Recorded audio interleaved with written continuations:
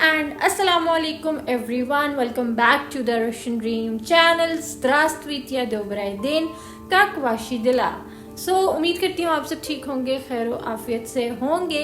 तो आप लोगों को वीडियो टाइटल से पता चल ही गया होगा कि आज की वीडियो है part 2 for airport immigration. Last video में हम लोगों ने बात की थी कि आप लोग जो पाकिस्तानी एयरपोर्ट हैं वहाँ से जब आप लोग एग्जिट करेंगे तो क्या प्रोसीजर होगा और तमाम तर स्टेप्स मैंने डिटेल में समझाए थे। जिन लोगों ने वो वीडियो अभी तक नहीं देखी वो जल्दी से जाकर पहली वीडियो देख लें और फिर इस वीडियो को स्टार्ट करें। तो आज की इस वीडियो में हम लोग बात करने वाले हैं कि जब आप दूसरी कंट्री में लैंड करेंगे, यानी आप अगर रशिया में, कजाकिस्तान में या किसी भी कंट्री में लैंड करेंगे, किसी फॉरेन कंट्री में एज एन इंडियन और पाकिस्तानी या बांग्लादेशी स्टूडेंट, तो आपने सबसे पहले कहाँ जाना है। तो तमाम तर स्टेप्स इस वीडियो में मैं डिटेल में डिस्कस करूंगी। वीडियो को एंड तक लाजमी देखिएगा और आप लोग चैनल को सब्सक्राइब नहीं करते प्लीज़ चैनल को लाइक शेयर एंड सब्सक्राइब कर दे ताकि आपको मेरी हर नई आने वाली वीडियो की नोटिफिकेशन सबसे पहले मिल जाए।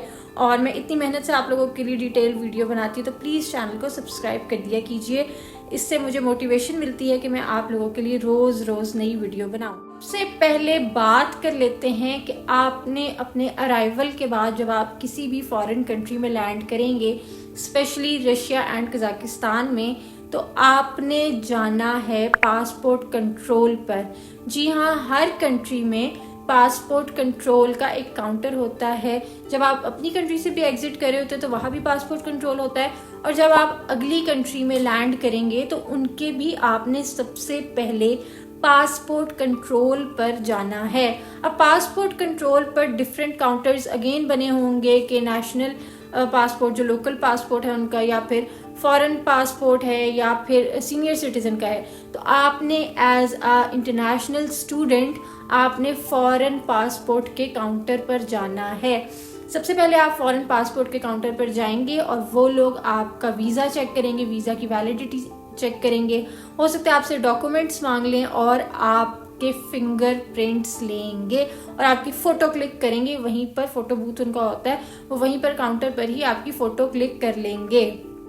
अब यहाँ पर एक फैक्ट जो है वो बहुत ज़्यादा कॉमन है और ये बहुत ज़्यादा मैटर करता है। अगर आप पाकिस्तान से हैं, इंडिया से हैं, बांग्लादेश से हैं, तो आपका पासपोर्ट देखते ही इमिग्रेशन ऑफिसर आपको ये कहेगा कि प्लीज़ आप जाकर साइड पर बेंच पर बैठ जाएं या साइड पर खड़े हो जाएं, क्योंकि ये बहुत कॉमन है। और इसकी कुछ वजूहात हैं कि हमारे एशियन पासपोर्ट देखकर वो लोग क्यों हमारे साथ इस तरीके से बिहेव करते हैं, और उनको पता होता है कि पाकिस्तानी इंडियन इनको साइड पर बिठाना है या खड़ा करना है, ये एक लाजमी उनका ट्रेंड है। अब इसकी वजह है कुछ बच्चे, कुछ लोग इल्लीगल काम करते हैं, फेक डॉक्यूमेंट्स बनाते हैं, फेक पासपोर्ट होता है उनका, फेक वीज़ा होता है, जिसकी वजह से वो हमारी कंट्रीज़ का नाम ख़राब करते हैं। और उन गलीज़ लोगों की वजह से हम जैसे जेन्युइन स्टूडेंट्स को बहुत ज़्यादा सफ़र करना पड़ता है, एक टफ़ इमिग्रेशन से गुजरना पड़ता है। और ये साल दर साल ये चीज़ बढ़ती चली जा रही है कि या तो स्टूडेंट्स जाते हैं रशिया, कजाकिस्तान, जॉर्जिया ऐसी कंट्रीज़ में, और वहाँ से आगे यूरोप में डंकी लगाते हैं। तो इसकी वजह से सख्ती किस पर आती है? जो जेन्युइन स्टूडेंट्स होते हैं। तो आपने इस चीज़ के लिए जेन्युइनली और मेंटली तैयार होकर जाना है कि आपके साथ ऐसा होगा और आपने घबराना नहीं है। ये एक कॉमन चीज़ है, हर स्टूडेंट के साथ होती है। अब यहाँ पर कुछ चीज़ें मैटर करती हैं कि अगर आप जेन्युइन स्टूडेंट हैं तो आपकी अपीयरेंस किस तरीके की है। आपने बहुत ही फॉर्मली ड्रेस होकर जाना है, यानी आप बेशक कोट पैंट पहन जाएं, इट्स अप टू यू, या फिर आप बहुत ही मतलब अच्छे तरीके से ड्रेस होकर दूसरी कंट्री में जब आप जाएं तो आपकी ड्रेसिंग बहुत ही अच्छी होनी चाहिए, बहुत ही लग्जूरियस फील आनी चाहिए, आपसे लगे कि आप वाकई स्टूडेंट हैं। इस तरह ट्राउज़र टी शर्ट पहनकर बिल्कुल मत जाइएगा, बहुत ही सीरियस तैयार होकर जाइएगा, लगे कि आप स्टूडेंट हैं, ऐसा ना लगे कि आपका नॉन सीरियस बिहेवियर है। तो आपकी ड्रेसिंग बहुत ज़्यादा मैटर करती है और एक परसेप्शन क्रिएट करती है आपकी ड्रेसिंग इमिग्रेशन ऑफिसर पर कि यार ये वाकई में स्टूडेंट है, लग रहा है जेन्युइन स्टूडेंट है और पढ़ाई के लिए आया है। तो प्लीज़ अपनी ड्रेसिंग पर, अपनी अपीयरेंस पर वर्क करके जाइएगा। मैंने अपनी लास्ट वीडियो में भी कहा था कि इस साल जो रशिया की इमिग्रेशन है एंड कज़ाकिस्तान की इमिग्रेशन है वो बहुत ज़्यादा स्ट्रिक्ट है। इसकी वजह है वो ये है क्योंकि रशिया एक वॉर जोन कंट्री बना हुआ है इस टाइम, और उनकी इमिग्रेशन में बहुत ज़्यादा स्ट्रिक्टनेस है। इवन कुछ मेरे से स्कॉलरशिप वाले स्टूडेंट्स, मैं उनका नाम नहीं रिवील करना चाहती किसी का भी, बस आपको ये बता देती हूँ कि कुछ स्कॉलटेक जो यूनिवर्सिटी है, स्कॉलटेक के स्कॉलरशिप पर स्टूडेंट्स गए थे, उनको तक उन्होंने एंट्री डिनाई करके वापस भेज दिया। अब कुछ लोग कहेंगे कि हमारा तो वीज़ा लगा हुआ है, हमारी एंट्री कैसे डिनाई हो जाती है, और हमारे पास तो जेन्युइन वीज़ा है। देखें, visa is just initial requirements जिनको आपने फुलफिल किया और आपको वीज़ा मिला है। असल जो है चीज़ वो आपकी बॉर्डर कंट्रोल इमिग्रेशन पे आपका असल टास्क है कि आपके साथ क्या होता है वहाँ पर। इट्स अनप्रेडिक्टेबल, और बॉर्डर कंट्रोल इमिग्रेशन जो है उसको कोई भी इन्फ्लुएंस नहीं कर सकता, ना आपकी यूनिवर्सिटी, ना आपकी एम्बेसी जिसने आपको वीज़ा इशू किया है। बॉर्डर कंट्रोल पर जो ऑफिसर्स बैठे होते हैं उनको आपने खुद सेटिस्फाई करना होता है कि आप जेन्युइन स्टूडेंट हैं या नहीं हैं। इंग्लिश अच्छी से अच्छी बोलें और बिल्कुल स्टटर ना करें। और काफ़ी ज़्यादा टिप्स हैं जो मैं वीडियो में साथ साथ आप लोगों को बताऊंगी, लेकिन मोर और लेस मैं आपको ये बता सकती हूँ कि immigration is the biggest challenge this year specially, क्योंकि रशिया में जो स्टूडेंट्स जा रहे हैं ख़ास तौर पे उनके लिए, एंड कज़ाकिस्तान क्योंकि रशिया की एक नेबरिंग कंट्री है और लोग अब वहाँ से भी डंकी रूट जो है वो लगाने की कोशिश कर रहे हैं। कज़ाकिस्तान एक अफोर्डेबल कंट्री है एज़ कम्पेयर टू रशिया, तो लोग अब क्या कर रहे हैं कि ज़्यादातर कज़ाकिस्तान का वीज़ा लेते हैं, टूरिस्ट वीज़ा लेते हैं, स्टडी वीज़ा लेते हैं और वहाँ से आगे डंकी लगाने की कोशिश करते हैं। तो बहुत ज़्यादा लोगों की वजह से जिन्होंने हमारी कंट्रीज़ की रेपुटेशन ख़राब की है, उसकी वजह से हम जैसे जेन्युइन स्टूडेंट्स को सफ़र करना पड़ता है। तो मेरी आप सबसे गुजारिश है कि कहीं भी जाकर अपनी कंट्री का नाम प्लीज़ मत ख़राब किया कीजिए। आप लोगों की वजह से जो लोग गलत काम करते हैं, जो जेन्युइन स्टूडेंट्स होते हैं, उनके साथ बहुत ज़्यादा ज़्यादती हो जाती है और उनके पेरेंट्स के ख्वाब उनके साथ जुड़े होते हैं, उनके अपने फ्यूचर ड्रीम्स होते हैं, वो सब कुछ इन चीज़ों की वजह से हमारी कंट्री की रेपुटेशन जो लोग ख़राब करते हैं उनकी वजह से जेन्युइन स्टूडेंट्स को सफ़र करना पड़ता है। बैक टू द टॉपिक कि अब इमिग्रेशन में आपके साथ क्या क्या पॉसिबिलिटीज़ हो सकती हैं, एक्सट्रीम केस भी हम डिस्कस करेंगे और साथ में आप लोगों को मैं कुछ टिप्स एंड ट्रिक्स बताऊंगी जो कि आपने फॉलो करनी है। और ये वाकई में मैं नहीं चाहती कि किसी का भी फ्यूचर ख़राब हो, तो please in tips and tricks को सीरियसली लीजिएगा और इन पर अमल करिएगा। ये ना हो कि आपके साथ भी कुछ गलत हो जाए। तो सबसे पहले बात कर लेते हैं कि जब इमिग्रेशन ऑफिसर आप लोगों को साइड पर भेज देगा, वेट करने का बोलेगा, तो उसके कुछ देर बाद वो आपको बुलाएंगे और आपका एक डिटेल में इंटरव्यू लेंगे। अब इधर आपको क्या क्या चीज़ें पता होनी चाहिए, आपकी यूनिवर्सिटी का नाम, आपके कोर्स का नाम, specially for the people who are going on preparatory year, उनके साथ इमिग्रेशन बहुत स्ट्रिक्टनेस करेगी। ठीक है, तो आपने अपनी यूनिवर्सिटी का नाम, अपना कोर्स और आगे जो लोग प्रेपरेटरी कोर्स ले रहे हैं उनके लिए बता रही हूँ स्पेशली कि आगे आपने किस चीज़ में इसके बाद एडमिशन लेना है वो आपको पता होना चाहिए। ठीक है, और आपके पास आपकी यूनिवर्सिटी का कॉन्ट्रैक्ट होना चाहिए, उनका कॉन्टैक्ट नंबर होना चाहिए अपने कोऑर्डिनेटर का, जिससे इमिग्रेशन ऑफिसर्स कॉल करके कंफर्म कर सकें कि आप जेन्युइनली उनके स्टूडेंट हैं या नहीं हैं। इसके बाद इमिग्रेशन ऑफिसर आपसे पूछेगा कि आप कितना कैश लेकर आए हैं, यानी आपके पास कितनी करेंसी है। अब बेहतर ये है कि आप डॉलर्स में लेकर जाएं, यूरोज में कभी मत लेकर जाएं।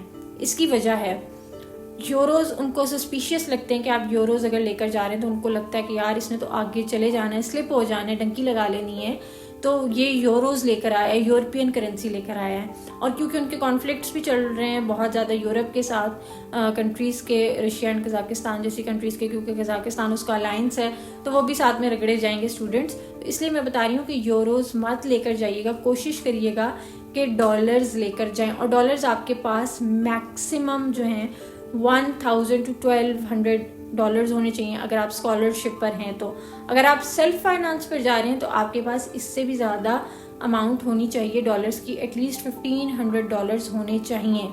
ठीक हो गया। अब बात कर लेते हैं आपकी अकोमोडेशन की।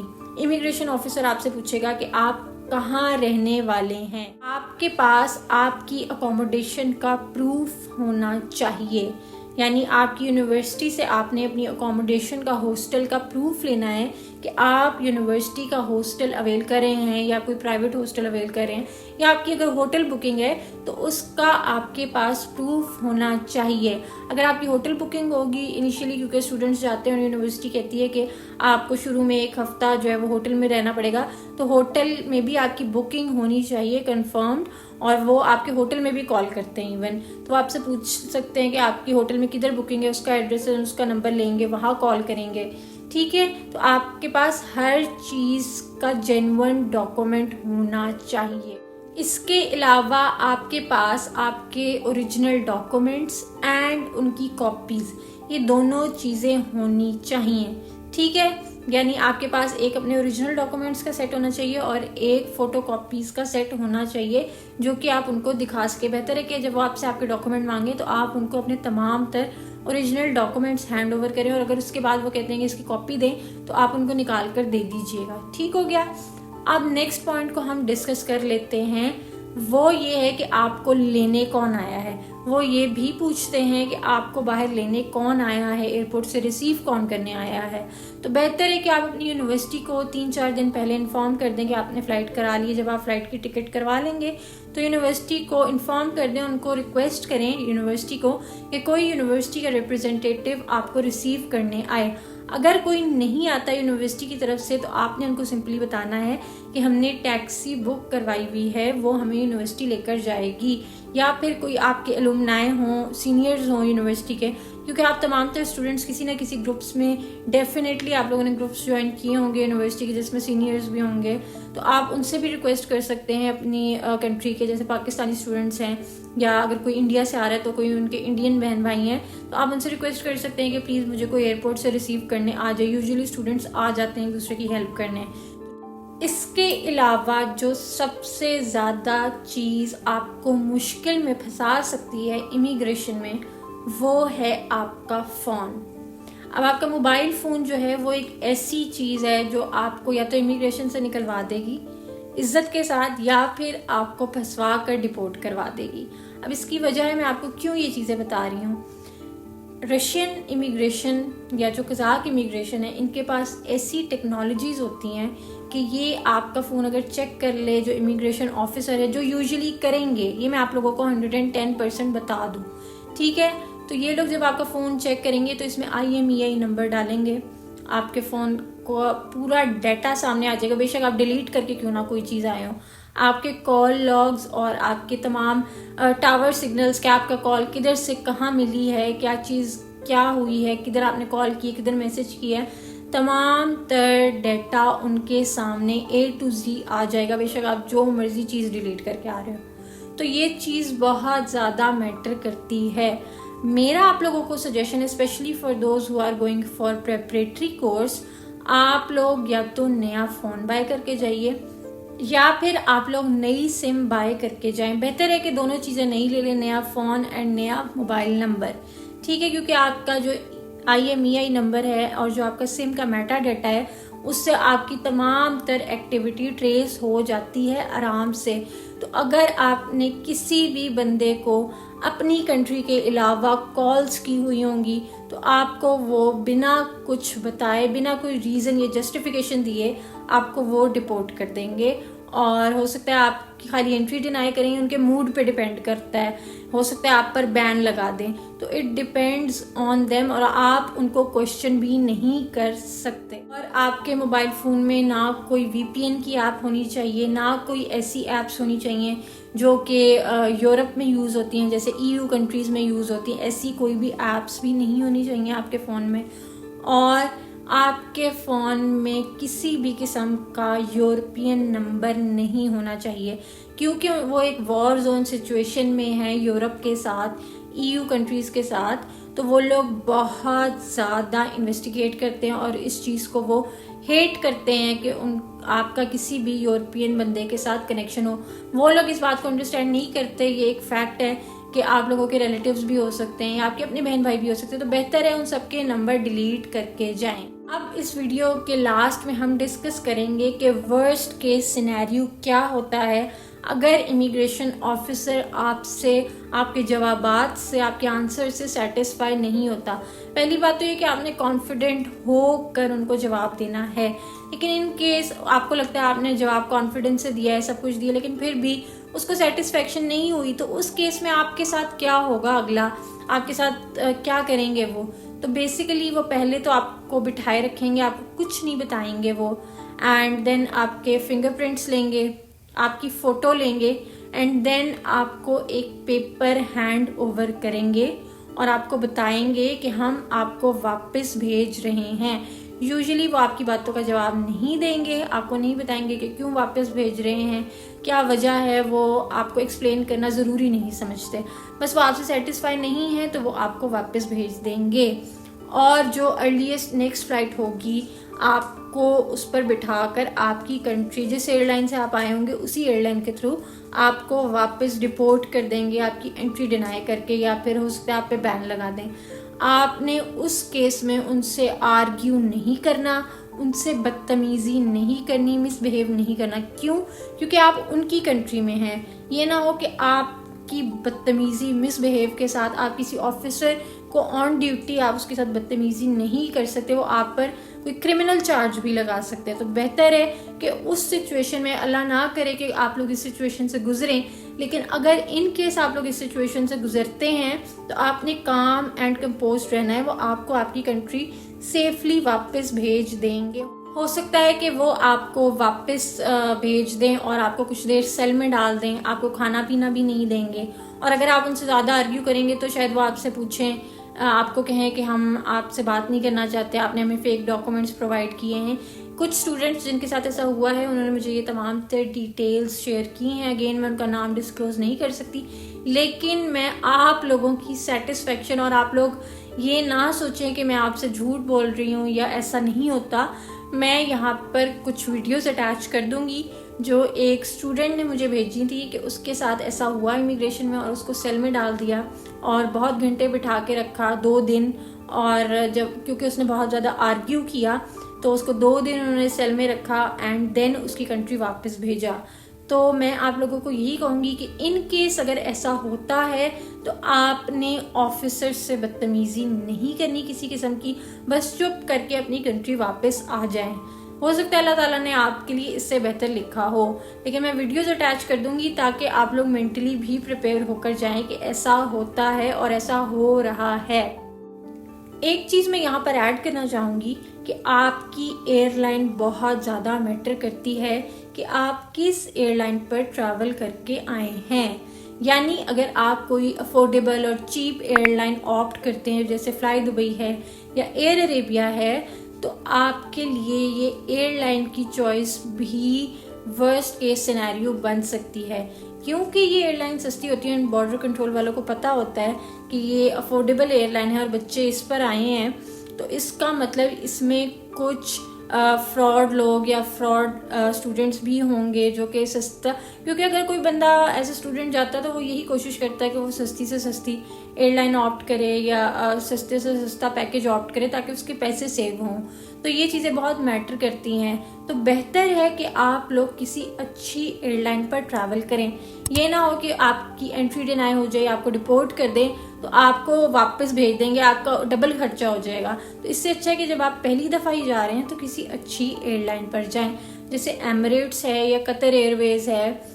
तो आप इन एयरलाइंस को ऑप्ट करें, क्योंकि इनको पता होता है इमिग्रेशन वालों को कि ये बंदा महंगी एयरलाइन से ट्रैवल करके आ रहा है, इसके पास पैसे हैं, ये इतना अफोर्ड कर सकता है, अपना खर्चा उठा सकता है। वो आपकी सारी चीज़ों को मॉनिटर करते हैं, आपकी सारी चीज़ों को लिस्ट डाउन करते हैं कि कौन सी एयरलाइन पर आया है, इसका पासपोर्ट कौन सा है, इसका किस यूनिवर्सिटी में एडमिशन हुआ। स्पेशली फॉर दोज जो कि सेल्फ फाइनेंस पर आ रहे हैं, तो वो ये भी देखते हैं कि इसने कितनी फीस भरी है अपनी यूनिवर्सिटी की। इसने सस्ता कोर्स लिया, इसका मतलब है कि कुछ सस्पिशियस है, इसने इतना सस्ता कोर्स क्यों लिया है। वो ये सारी बातों को मॉनिटर करते हैं। कोई हलवा चीज़ नहीं है बॉर्डर कंट्रोल।